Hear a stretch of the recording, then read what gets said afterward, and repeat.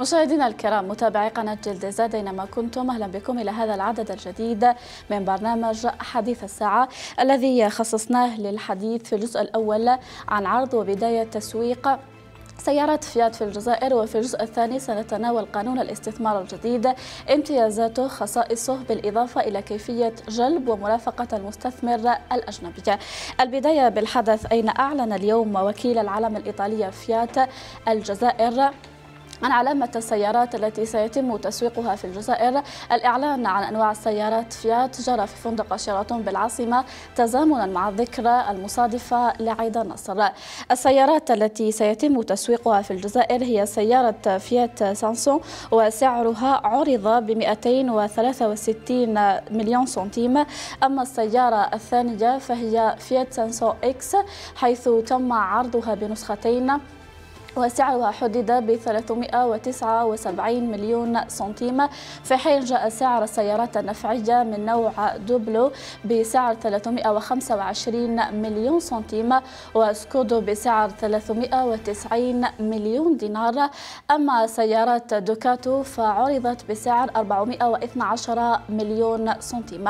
ولمناقشة أنواع وأسعار السيارات المعروضة بالإضافة إلى دورها وتأثيرها على سوق السيارات في الجزائر، وللتطرق إلى هذه النقاط، يسعدني أن يرافقني في الاستوديو ضيفي المختص في السيارات سيد نبيل مغيرف. أهلا بك سيدي. أهلا وسهلا، مساء الخير أستاذ. شكرا على تلبية الدعوة. العفو سيدتي. وأيضا أسعد أن يكون معي ويرافقني السيد مولاي أحمد، هو عضو قيادي وطني مكلف بالولايات الغرب لمنظمة النقابية لأرباب العمل والمقاولين الجزائريين. أهلا بك سيدي. شكرا على تلبية الدعوة. البداية معك أستاذ مغيرف، نتحدث عن رأيك في الموديلات المعروضة التي طرحت للمستهلك الجزائري، هل هي ملائمة له من حيث خدمة ما بعد البيع، وأيضا من ناحية قطع الغيار؟ هي أولا هي بادرة خير. اليوم هو يوم كبير بالنسبة لي كمتطلع على شؤون السوق الوطنية للسيارات. نعم. لأنه فوتنا قرابة 5 سنين أو 4 سنين اختل التوازن في السوق تاع السيارات. التوازن اللي هو اللي يكون في قانون العرض والطلب. نعم. طلب كبير، عرض قليل، التهاب في الاسعار، مضاربه الى غير ذلك. اليوم نعرفوا انه السوق الوطنيه او سوق ما في تاع السيارات، نعم، خاصه السيارات المستعمله، مربوطه مباشره مع السوق السيارات الجديده. نعم. كي تكون سيارات جديده متوفره، السوق السيارات المستعمله وليست القديمه، المستعمله يكون نوعا ما معقول. هكذا. صافي اليوم كي دخلت علامه فيات السوق اليوم، لو كان نروحوا ندخلوا في المواقع المختصه في بيع وشراء سيارات، سيدي الاسعار تهاوت. نعم. غدا الجمعه الجايه هذه ان شاء الله حيكون اسواق اسبوعيه للسيارات، راح نشوفوا باللي الاسعار راح تتهاوى، ولما تتهاوى الاسعار تهبط الاسعار. نعم. الشاري ينجم يشري. نعم. يجري السياره يقيس دراهمه. اما فيما يخص الموديلات اللي دخلت، هي حقيقه هو دخول اولي. هذه حبيت نركز عليها مع المشاهد، لانه كانت هنا كما نقولوا ان ديدلاين. رئيس الجمهوريه شرط على المتعاملين باش في شهر مارس تطرح اول سياره. نعم. هذا المتعاملين، وكان تحدثت معهم اليوم في الشيراتون، قال لك كانت عندنا كما نقولوا ان ديدلاين، يوم محدد باش نكونوا واجدين. نعم. ما كانش عندهم الفرصة باش يجيبوا السيارة الأقل سعرا بالنسبة للقدرة الشرائية للجزائر. جابوا السيارات اللي كانت متوفرة واللي فيها هذيك كما احنا نقولوا الروح الإيطالية. نعم. لا فيات سانسون ليست نامبورت كيل سيارة، مش سيارة وخلاص كما نقولوا. هي سيارة فيها بعد روحي إيطالي، فيها النقها، حتى شكلها لاحظناه انه شكل السيارات الايطاليه. نعم. هي سياره فيات سانسون سياره فيها روح ايطاليه. هي السياره الوحيده من مثلا او القليله من اوروبا اللي تعرض في اكبر الموزيهات في داع السيارات في الولايات المتحده، بغير لا فيات سانسون. نعم. فيها نكهه، وليست سياره كما نقولوا في متناول الجميع، لا سيما في ايطاليا. ولكن السعر ديالها، انا راني نشوف الاسعار دخلت ابتداء من 200 حوالي 63 مليون. نعم.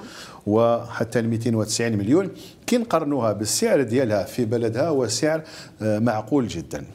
لانه نعم. انا في اتصال مع جزائريين عايشين في اوروبا في ايطاليا منذ قرابه 3 ايام. صديق قلت له من فضلك روح شوف لي شحال يدير فيات 500 عندكم.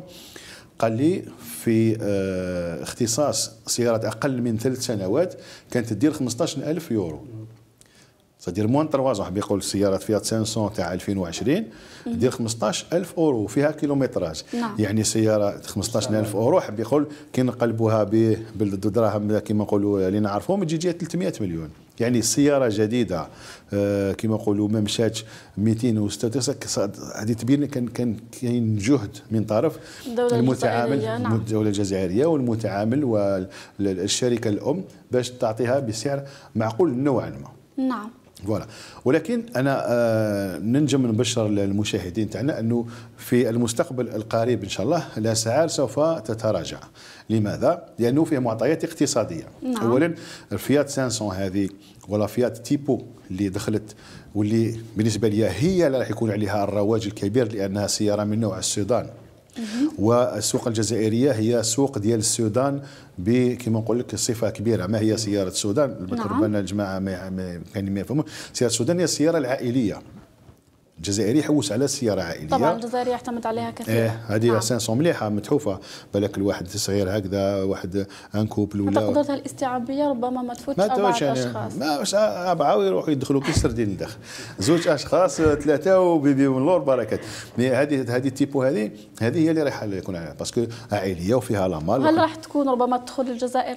يعني دخلت راهي مقترحه ب 290 مليون علما انها سياره مستورده. يعني عليه فيها ضريبه جبائيه ورسوم جمركيه وهذيك كما نقولوا لا تاكس سور فيكول نوف. فيها كما نقولوا رزنامه من اتعاب. هذه الاتعاب هذو حين يروحوا ان شاء الله لما هذا لا تيبو ولا 500 رايحه تخرج من المصنع ديال علامه فيات ستيلانتيس اللي راهو في وهران. وعلى حساب الوزير اللي تكلم اليوم وعطاه كيما نقولوا ديدلاين صدير هذه حتحترم هذا نوفمبر تخرج اول سياره من صنع محلي. صافي ديال هاد لافيات 500 مرشحه السعر ديالها مرشح للنزول. يعني لان سياره كما تكون مصنعه في الجزائر نظن انه الدوله الجزائريه حابه كما نقولوا تواكب هذه الوثبه هذه. رايحه بالك تنقص ولا تنحي التيفيه كما داروها ولا قال يا وديها ما فيهاش لي دروا الضوان ولا قال نحي لا طاكس هذيك صدير هذو كاملين حتى 19% منها 30% من كوميم نطيحوا في هذيك. تساهم ربما في خفض اسعارها. تساهم في خفض الاسعار. وحين يكون دخول تاع سيارات اخرى توالم اكثر المواطن الجزائري متطلباته والقدره الشرائيه تاعو. لانه كلنا صدير مربوطين بقدره شرائيه. القدره الشرائيه تاع المواطن الجزائري ليست هي القدره الشرائيه تاع ذلك الاوروبي الذي او الجزائري الذي يعيش في اوروبا. راينا انه لما طرحت اسعار سيارات فيات اليوم كانت ضجه على مواقع التواصل الاجتماعي وحديث انه ما تناسبش يعني الطبقه المتوسطه في الجزائر. هي حقيقه ما تناسبش. يعني سياره ب 260 مليون ما تناسبش عامة الناس. يعني ذلك الموظف اللي عنده بسط يعني مدخول كما نقولوا متوسط يعيش به قيس ومستور به ما ينجملهاش. وإنما راح تدخل سيارات أخرى مثل سيارات مثلا نسميكم مثلا لا أونو فيات أولو ولا لا فيات بونتو. نعم. هذو اللي حين يكونوا ما هي مواصفات هذه السيارات؟ ربما المشاهدين سيارات ما فيهاش كما نقولوا بحث كبير من حيث الديزاين. ما فيهاش تكنولوجيا كبيره. ما فيهاش لي زوبسيون زياده. ربما تصميم بسيط تقنيات بسيطه. تصميم عصري في الحقيقه هو تصميم عصري. ولكن مثلا ما تدخلش فيها الشاشه الرقميه. يقول لك انا واش ندير بالشاشه الرقميه. نعم. اكثر من يعطيك الصحه.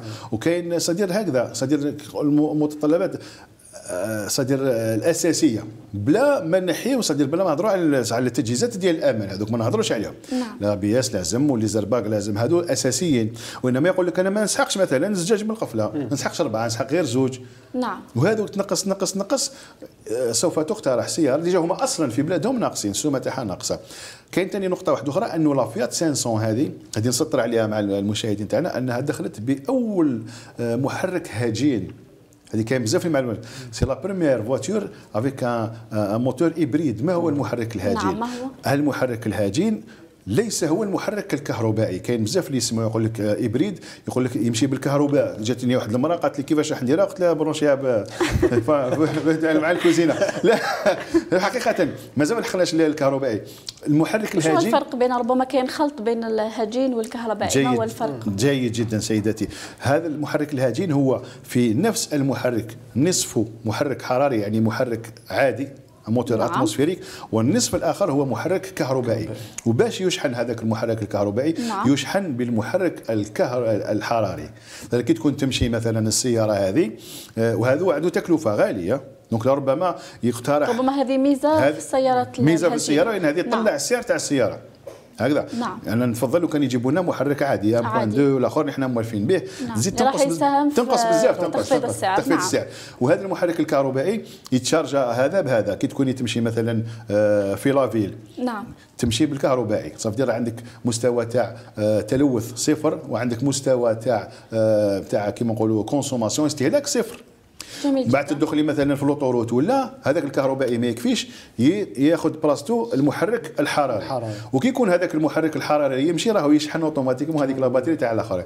هذه اول مره شفناها في الجزائر، حاجه مليحه، يعني ميزه جديده. ميزه جديده. اولا مليحه كما نقولوا للبيئه، ومليحه للمكتوب، وانما السعر تاعو عنده تكلفه. راح تكون صديقه للبيئه. صديقه للبيئه بطبيعه الحال. استاذ احمد مولاي، لو نتحدث عن التصنيع المحلي، متى يكون فعلي في الجزائر؟ على حسب ما اظن بعض المعلومات، بالك ان شاء الله ما نوحي، بالك يشاطني الاخ نبيل نوفمبر اكتوبر. نوفمبر ان شاء الله. نوفمبر يعني اقصى تحديدا. نعم. والاسعار لما يكون انتاج محلي كيف ستكون الاسعار؟ الاسعار تبدل كومبليتمون، الاسعار تبدل. بالك الاخ نبيل في الميدان وعلى بالو تبدل 80%. 80%. لا، وانما تتبدل عندك واحد الفارق تاع 40%. 40% حاجه كبيره في سعر السياره. السياره جديده 40%. فوالا. اذا سمحت لي برك نركز على واحد النقطه هنا، انه المصنعين نفسهم، المصنعين العالميين، اوروبيين كانوا، اسيويين، امريكيين، راهم مهتمين بالسوق الجزائريه، مهتمين باش يجيبوا مصانع تاعهم في السوق الجزائريه. لماذا؟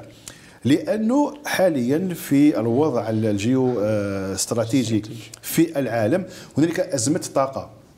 نعم. ما عندهمش الكهرباء، ما عندهمش كما نقولوا الغاز، ما عندهمش الاخر. وهذه الثروات بفضل الله الحمد لله متوفرين في الجزائر وباسعار كما نقولوا بسيطه جدا مقارنه مع الاخر. دونك هما راهم مهتمين، راهم حابين كامل يديروا من الجزائر كما نقولوا هي المحور الاساسي، يجيب اللوزين تاعو يحطها هنا ويصنع فيها هذوك السيارات، ومن الجزائر يصدر لاوروبا والبلدان الاخرين. علاش؟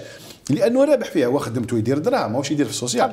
ياك هو كي يخدم يقول لك الكتريسيتي تجيني رخيصه، الغاز رخيص ومتوفر، الاخر رخيص، اليد العامله مؤهله موجوده. في الكثير من التسهيلات طبعا. يعطيك الصحه. صافي يعود يخدم هنا ويبعثها تتباع بنفس كما نقولوا الجوده، وتتباع في اوروبا وتتباع في الامريكان بنفس المعايير. نعم. ربما ايضا يكون في تكوين لليد العامله الجزائريه، راح تكتسب خبره من قبل هذه المتعاملين ومكتسبه ديجا، باسكو عندنا خبره. ما جيناش من ربما تدعم وتطور اكثر. تدعم حقيقه. صدير التكوين هو دائما متواصل، وانما ما جيناش من العدم.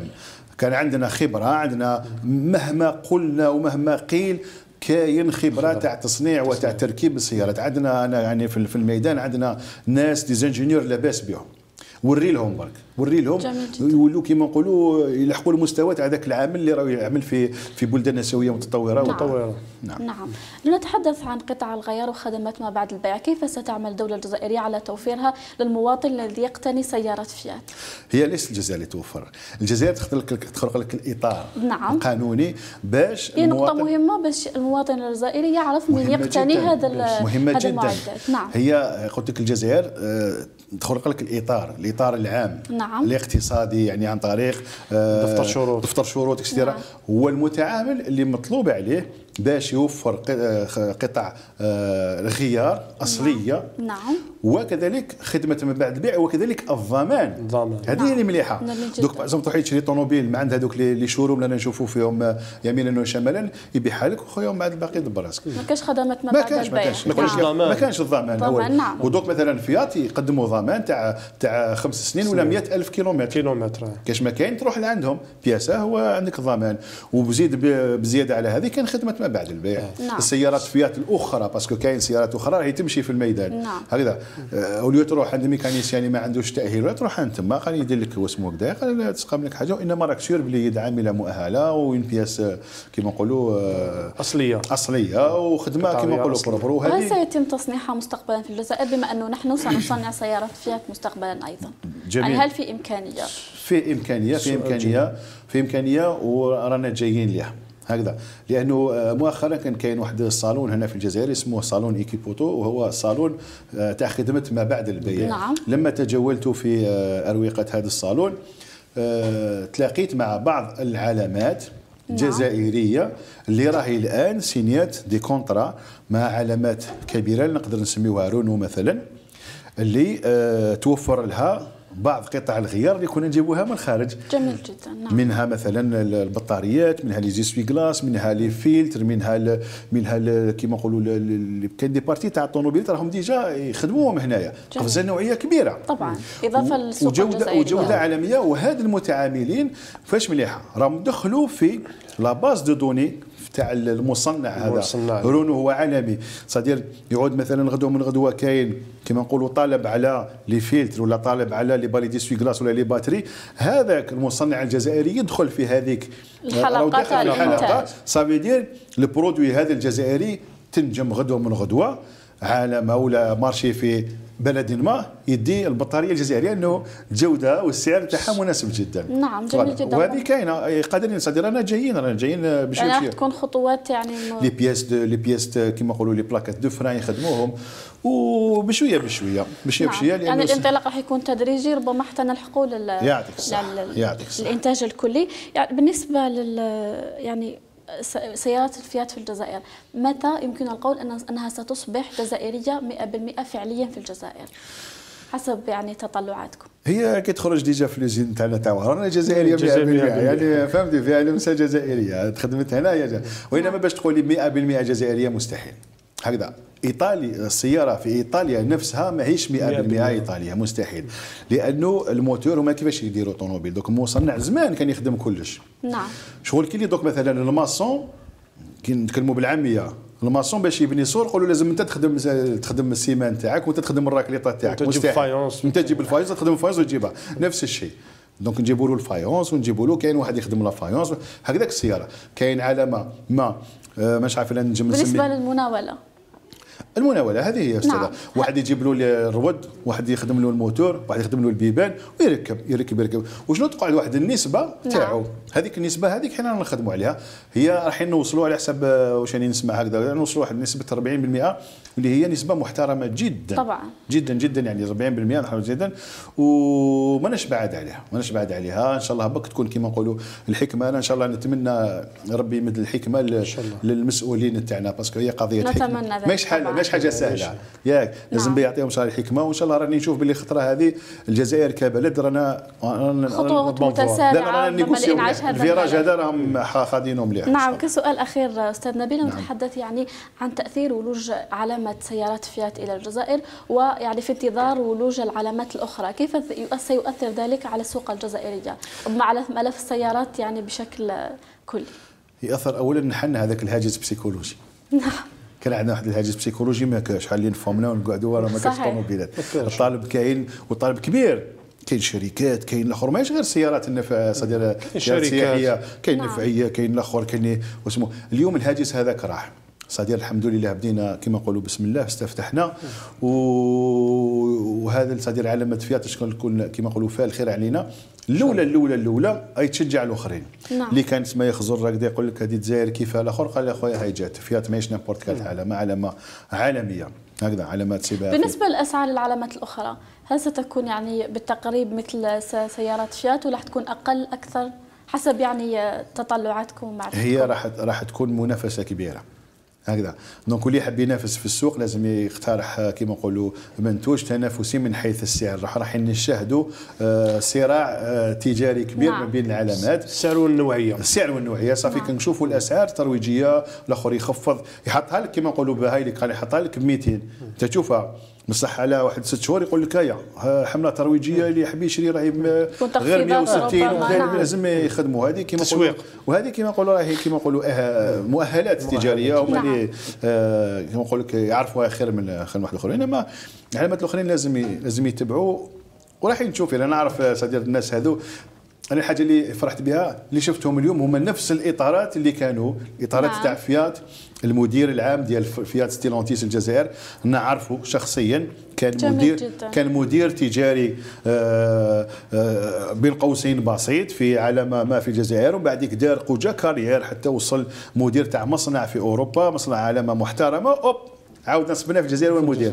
الاطارات الشابه اللي راهم هما الاطارات اللي كانوا صافي كاين خبره. نعم. وهذو كامل على يعرفوا كيفاش كما احنا نقولوا يسيروا الحاله، يعرفوا يسيروا السوق الجزائري، يعرفوا عندهم خبره كبيره ويعرفوا يتجاوبوا يعرفوا. والهدف الاكبر اللي سمحتي لي كلمه اخيره. تفضل. نعم. الكلمه الاخيره الهدف الاكبر وين راهو استاذه؟ نعم. عمليه استيراد الطوموبيلات وعمليه التصنيع تكلف الدوله. طبعا. تكلف الخزينه العموميه. نعم. بالعمله الصعبه. اليوم لازم راهم يخموا ولا لازم نخموا كامل كيفاش نخرجوا واش عليه، بصح لازم ندخلوا. طبعا. كيفاش ندخلوا؟ مكاتب الصرف. بمكاتب الصرف. لا هذا الجانب صدير الصيرافي نخليوه. نعم. بصح كيف يعني نمشي دوكا نهضروا عليه. كيفاش لازم نصدروا. جميل جدا. لازم نصدروا. قال دير لوزين في الجزائر مرحبا بك خويا، خدم عندك سوق دير فيه كما نقولوا التجاره والبيزنس هايل، وانما لازم تفتح باب ديال للتصدير. نعم. عندنا السوق الافريقي يدوموندني، عندنا السوق العربي يدوموندي، عندنا السوق المغاربي الكبير يدوموندي، عندنا السوق الاوروبي تاع جنوب اوروبا يدوموندي. دونك هذو كما نقولوا راح نبلاصيو الاخر تاعنا، وهنا نكريو في توازن بين التوازن. يعطيك الصحه. هذاك التوازن اللي يحط البلد ميزانيه البلد في ارتياح، باسكو غير تامبورتي وتخدم اي غير مخارج. وهنا راح قلت لك الخطره هذه راهم ينيغوسيو الفراج مليح ان شاء الله، وربي يجيب الخير ان شاء الله يكون في انفراج ملف السيارات في الجزائر بعد العناء الطويل. شكرا استاذ نبيل مغارف على كل التوضيحات والمعلومات التي قدمتها لنا. اذا مشاهدينا حديثنا متواصل لكن بعد هذا الفاصل.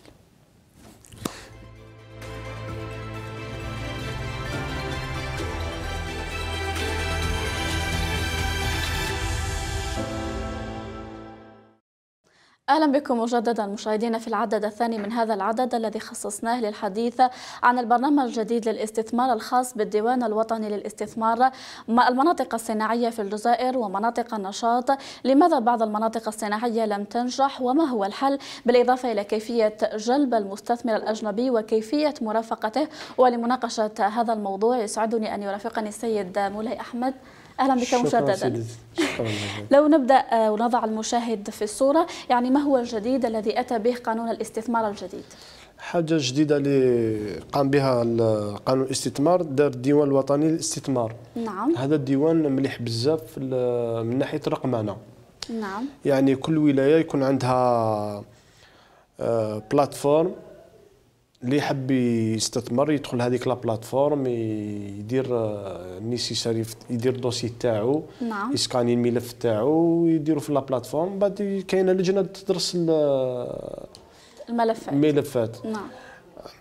عن غض النظر في القانون القديم كان المستثمر يدي الملف ديريكت مدير الصناعه، والمديريه تبعث لكوري المديريات المعنيه 12 مديريه. نعم. ويكون ياخذ مده من الوقت، ياخذ شهرين 3 شهور بيديروا لجنه دراسه الملفات من الديوان الوطني اللي داروا السيد رئيس الجمهوريه في القانون الجديد هذا. عنده يربح في الوقت، المستثمر يربح في الوقت، والاداره ثاني كيف تربح في الوقت. نعم. يعني كل ما له علاقه بالرقمنه راح يكون في استثمار في الوقت وفي الجهد. بارك الله فيك. نعم. في الجهد وفي الوقت. نعم. ويكون تنظيم من ناحيه الاراضي، يعني المستثمر كي يشوف يشوف نوعيه الاراضي اللي كاينه، شحال المتراج اللي يسحق، لا بوزيسيون تاع الارض هذيك. يعني المنصه الرقميه هذه راح تكون فيها كل المعلومات اللي تكون في خريطه منطقه صناعيه. جميل جدا. بارك الله فيك. نعم، بما انك تحدثت عن الرقمنه يعني اللي جاء بها القانون الجديد للاستثمار، كيف ستساهم هذا الرقمنه في القضاء على البيروقراطيه والمشاكل الاداريه اللي نلاحظوها كثيرا في ادارتنا الجزائريه؟ انا شخصيا وحنا كمنظمه وطنيه لارباب العمل والمقاولين الجزائريين، نعم، رحبنا ترحاب جيد بهذا الموضوع تاع الرقمنه. نعم. الرقمنه عندها كيفاش نقول لك، يعني عندها دور كبير وعندها قوه كبيره في تحصيل الاراضي الصناعيه، يعني مناطق النشاطات. نعم. يعني يكون كاين احصاء، يكون عنده قاعده واضح. بيانيه. نعم، يكون واضح. لما تكون كل الامور في المنصه الرقميه في قاعده البيانات ما راحش يكون فيها تلاعبات، ما يكونش فيها تلاعبات. نعم. اكزومبل احنا عندنا في ولايه تيارت دار لي شكوى مستثمر. نعم. مشيت الاداره المعنيه، المستثمر راح يدير قاعده جهويه للتبريد. جميل جدا. قاعده جهويه تشمل 8 ولايات. جميل جدا. نعم. مي كيما كاش رقمنه دوك لا ريبونس ما كاش. مي احنا ان شاء الله اتصلت مع مسؤول في ولايه تيرد، رحت زرته، قال لي ان شاء الله كي تدخل رقمنه يعاود يدير في لا بلاتفورم ويكون ان شاء الله تكون شفافيه. نعم، يعني هي نقطة إيجابية جدا، ربما في معالجة الملفات وإعادة تناولها. ويكون الناس، أي مستثمر داخل أو خارج من الوطن عنده لامان باش يدخل المنصة. نعم. ويكون يعرف واش الأراضي اللي في الدراسه، والاراضي المتوفره، الاراضي اللي ما زالت كاينه، الاراضي هذه هي. نعم، جميل جدا. نتحدث يعني عن المستثمر الاجنبي، يعني لما نتحدث عن الاستثمار في الجزائر لا يمكن الحديث الا عن المستثمر الاجنبي. هو ايضا يعني تضمن قانون الاستثمار الجديد كما ورد فيه امكانيه نقل نشاط بشكل جزئي او كلي من الجزائر، من الخارج الى الجزائر، كما تضمن ايضا حريه الاستثمار الاجنبي دون الحاجه لشريك جزائري. يعني كيف يمكن ان تستغل الشركات أو المستثمرين أو العلامات التجارية الأجنبية هذا النقطة؟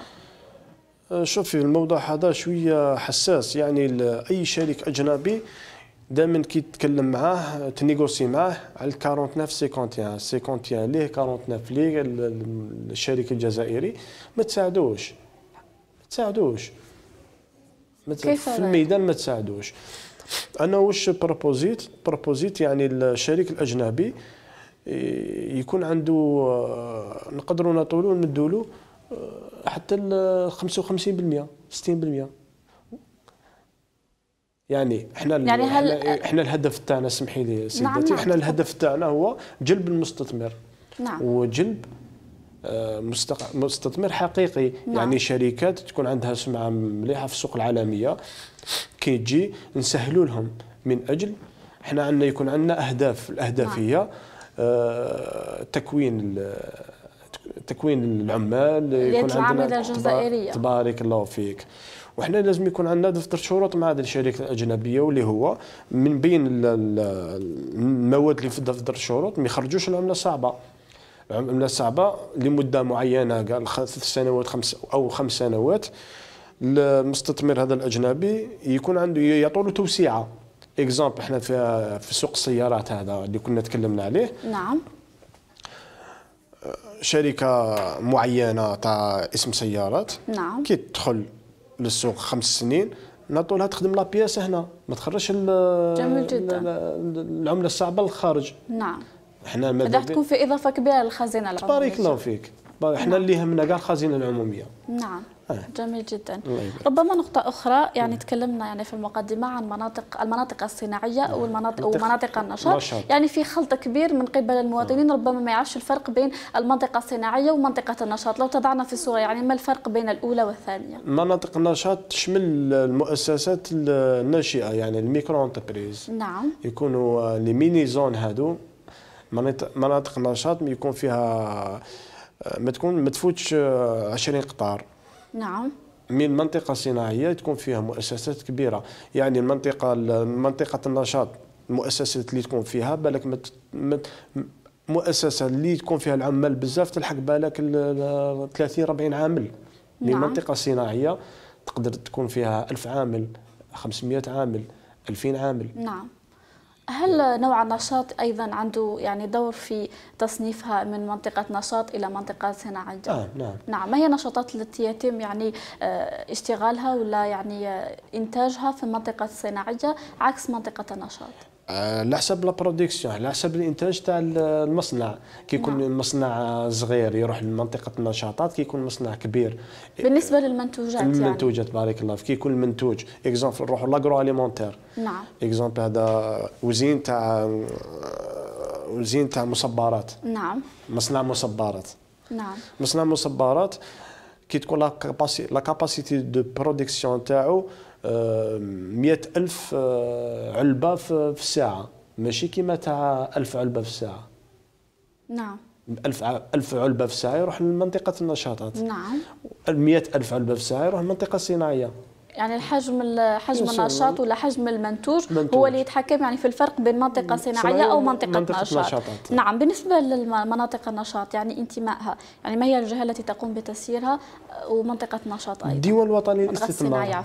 الديوان الوطني للاستثمار. نعم. هو اللي يشمل دراسة ملفات أي مستثمر في منطقة النشاطات أو منطقة صناعية. وهل في جديد في قانون الاستثمار الجديد بخصوص منطقة النشاط أو حتى منطقة صناعية؟ السيد الوزير الأول طلب من السادة الولاة، والسادة الولاة طلبوا من مدراء الصناعة بصنع بلاتفورم. نعم.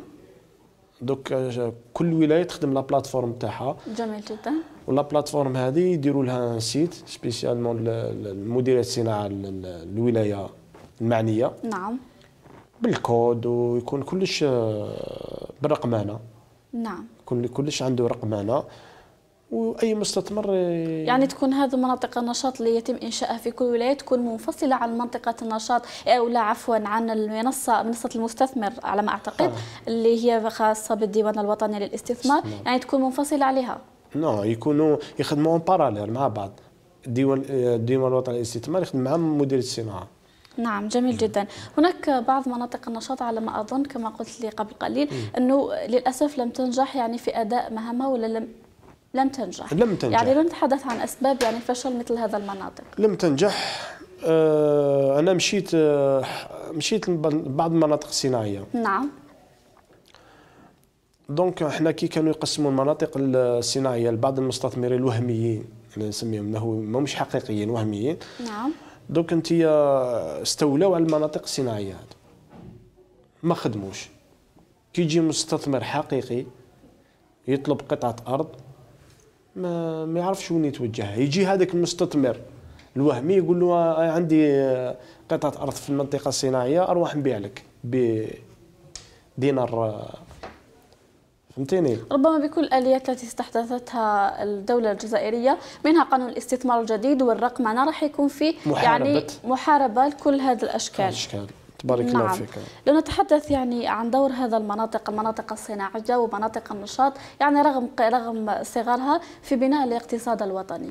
أكيد احنا كل حاجة أي حاجة كيفاش نقول لك، أي مستثمر حقيقي ما يبداش بمصنع كبير. نعم. لازم يبدأ بمنطقة نشاطات ويطور به يروح لمنطقة صناعات. نعم.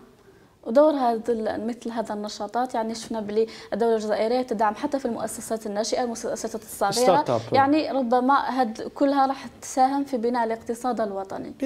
واش كنا نتكلموا مع الأخ نبيل مقبل.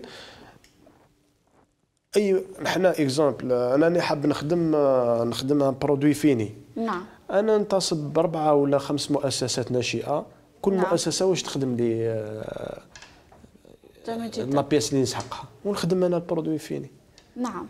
يكون هنالك تكامل، تضافر الجهود. يكون تكامل في الصناعه. نعم. يكون يعني هذا البرودوي اللي نخدمه انا يكون شحال من انسان مساهم فيه، شحال من مؤسسه، وحسب مؤسسه شحال فيها من عامل، يعني يكون فيها حتى يكون فيها ربما فتح مناصب الشغل. تبارك الله فيك. يكون كاين مناصب شغل. نعم، شكرا لك أستاذ. نتحدث عن نقطة أخرى أيضا، يعني مدى يعني مساهمة الولاة في استرجاع المناطق الصناعية والعقارات الغير مستغلة؟ احنا يعني هل في تنسيق يعني بين الأرباب العمل وهذا الولاة يعني في استرجاع هذا؟ أكيد. احنا كمنظمة وطنية نقابية لأرباب العمل المقاولين الجزائريين، وكأنا منسق وطني ومكلف بولاية الغرب. نعم. تعليماتنا اللي عندي من عند السيد رئيس المنظمة واضحة، هي مرافقة الإدارة في ولاية الغرب من أجل استرجاع العقار الصناعي أو الفلاحي. نعم. يعني الإنسان، وكيف سيتم ذلك؟ يتم ذلك بالإعذارات. أي إنسان استفد وما خدمش يقدموا له إعذار الأول الثاني الثالث، يروح يدوه المحكمة الإدارية. كاين قانون، كاين كل شيء. نعم، تسترجع العقار بطرق قانونية. نعم، نتمنى أنه يعني هذه العقارات والمناطق الصناعية الغير مستغلة يتم استرجاعها واستثمارها والاستغلالها أيضا من أجل النهوض بالاقتصاد الوطني. شكرا أستاذ على كل المعلومات والتوضيحات التي قدمتها لنا. إذا مشاهدينا، الاستثمار والشركات والمؤسسات الصغيرة والمتوسطة هي عصب الاقتصاد في كل الدول المتطورة، وعليه للنجاح في هذا المسعى وجب تضافر جهود الجميع لمختلف الإدارات من صناعة، تجارة، جمارك، مالية وداخلية إلى غير ذلك، وكذا توفير نظام مالي مرن يتوافق مع التطور الكبير للأنظمة المالية في كبريات الدول، مع ضرورة تفعيل وتقوية دور المراقبة ومكافحة الفساد، وكذا تثمين وتطوير دور الإعلام كمحفز ومراقب لعملية الاستثمار. إلى هنا مشاهدينا نطوي وإياكم ملف هذا العدد، نلتقي في أعداد أخرى ومواضيع أخرى. دمتم في رعاية الله.